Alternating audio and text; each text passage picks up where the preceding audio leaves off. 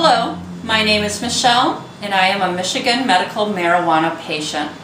I have a disease called sarcoidosis. Sarcoidosis is a rare disease of unknown origins.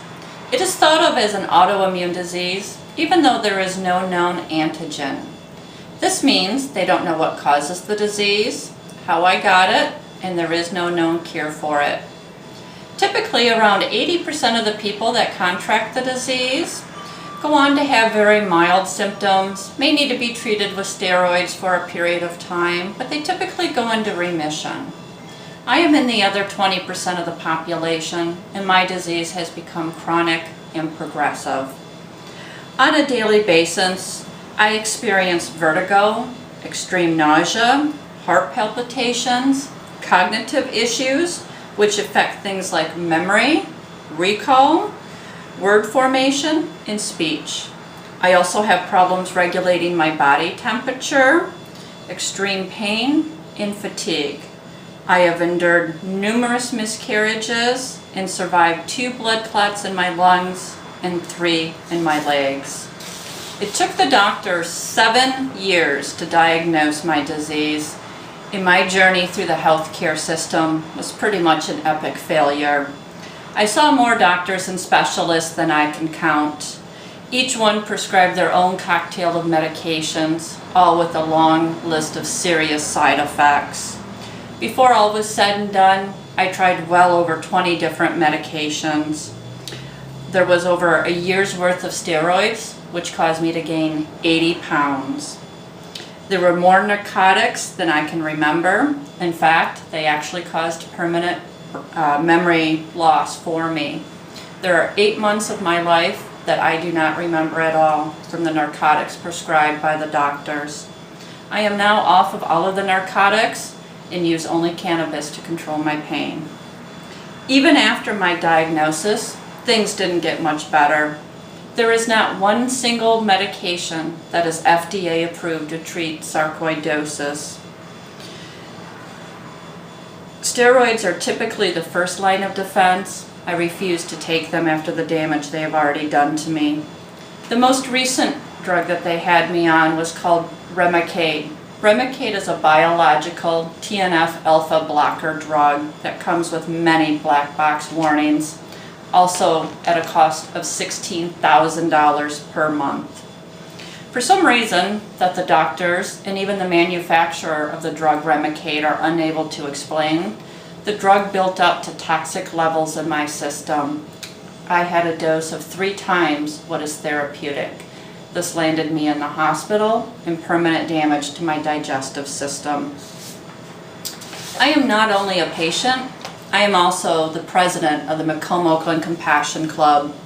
Our nonprofit organization works hard to educate and promote a sense of community. We are patients helping patients.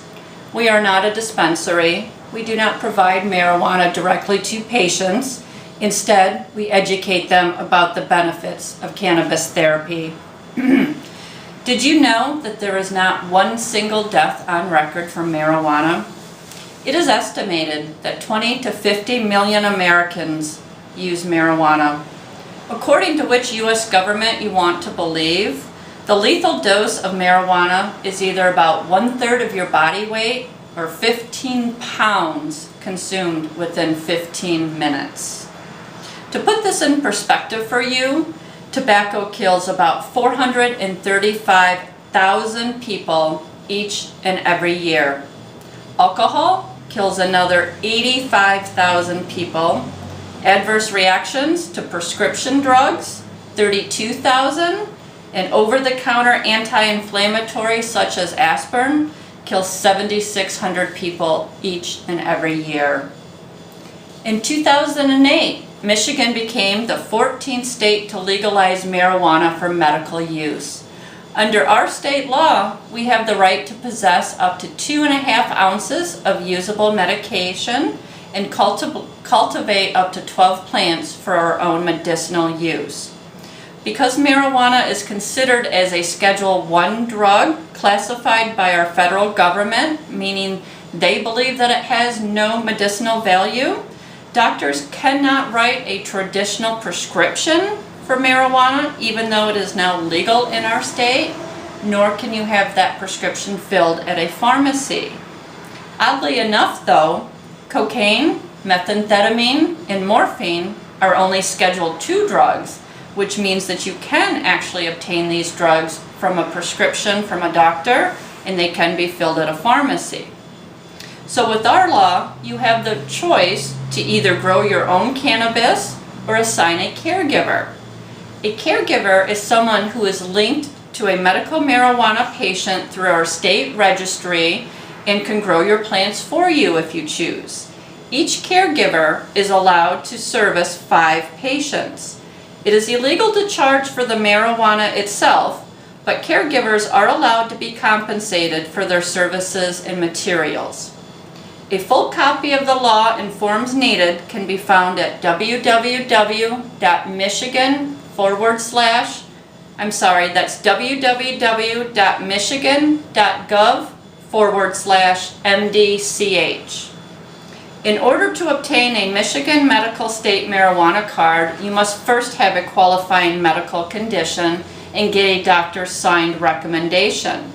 Unfortunately, and against state law, many hospitals have handed down orders to their physicians that they are not allowed to participate in our Michigan medical marijuana program. This forces potential patients to go to so-called pot doctors and other clinics to get their recommendations signed. Most of these doctors and clinics require you to provide them with your medical records, which proves that you have a qualifying condition. The doctor at the clinic will then review your medical records and perform a brief examination to be sure that you qualify. Once your recommendation is signed by the doctor, the paperwork is then sent into the state. The state charges $100 to process your application and send your medical marijuana card to you.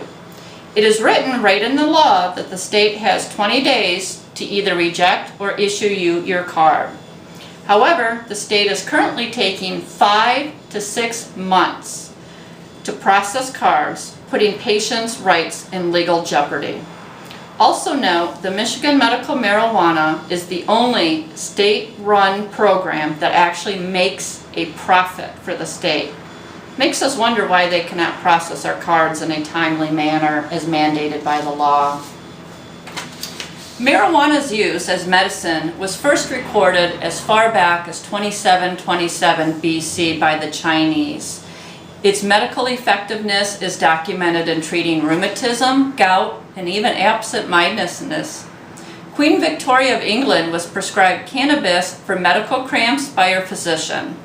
In fact, marijuana is used to treat many maladies, including AIDS, chronic pain, multiple sclerosis, COPD and asthma, muscle spasms and movement disorders, fibromyalgia, arthritis, reflux, Crohn's disease and irritable bowel, wasting syndromes, migraines, and nausea, just to name a few.